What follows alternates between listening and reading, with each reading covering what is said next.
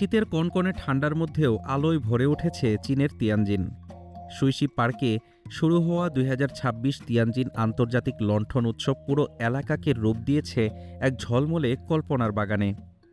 প্রায় ২,৫০,০০০ বর্গমিটার জুড়ে বিস্তৃত এই উৎসবে রয়েছে ২.৫ কিলোমিটার দীর্ঘ আলোকিত পথ, যেখানে বিশাল রেশম ও স্টিলের লণ্ঠনে ফুটে উঠেছে প্রাচীন চীনা সংস্কৃতি আর আধুনিক শিল্পের মেলবন্ধন। উৎসবে ঢুকেই চোখ আটকে যায় প্রবেশমুখের বিশাল লণ্ঠনে। এক দর্শক বলেন,一进门就被门前的这个灯给震撼住了。我说，哇塞，还有这个巨大的灯，尤其是门前有一个小姐姐的。 ভেতরে ঢুকেই হতবাক হয়েছি। এত বড় লণ্ঠন আগে কখনো দেখিনি, বিশেষ করে দেবীর সেই লণ্ঠন যার চোখ পর্যন্ত পলক ফেলে। অবিশ্বাস্য। এই লণ্ঠনগুলো শুধু আলো নয়, এগুলোতে ধরা পড়েছে তিয়ানজিনের আত্মা, লোককথার চরিত্র, পৌরাণিক গল্প, পরিবহন আর বিনোদনের থিম, এমনকি প্রজন্মের পর প্রজন্ম ধরে লালন করা শৈশবের স্মৃতি।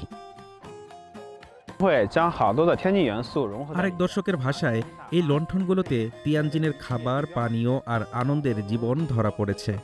লণ্ঠন উৎসব দেখা আর শহর ঘোরা দুটো মিলেই তিয়ানজিনকে সত্যিকারের বোঝা যায়।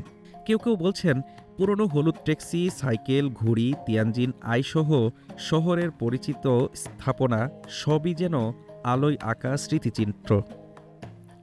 এই অঞ্চলের অন্যতম বড় লণ্ঠন উৎসবটি পরিণত হয়েছে পরিবারের আড্ডা, আলোকচিত্রপ্রেমী আর কল্পনার খোঁজে থাকা মানুষদের মিলন মেলায়।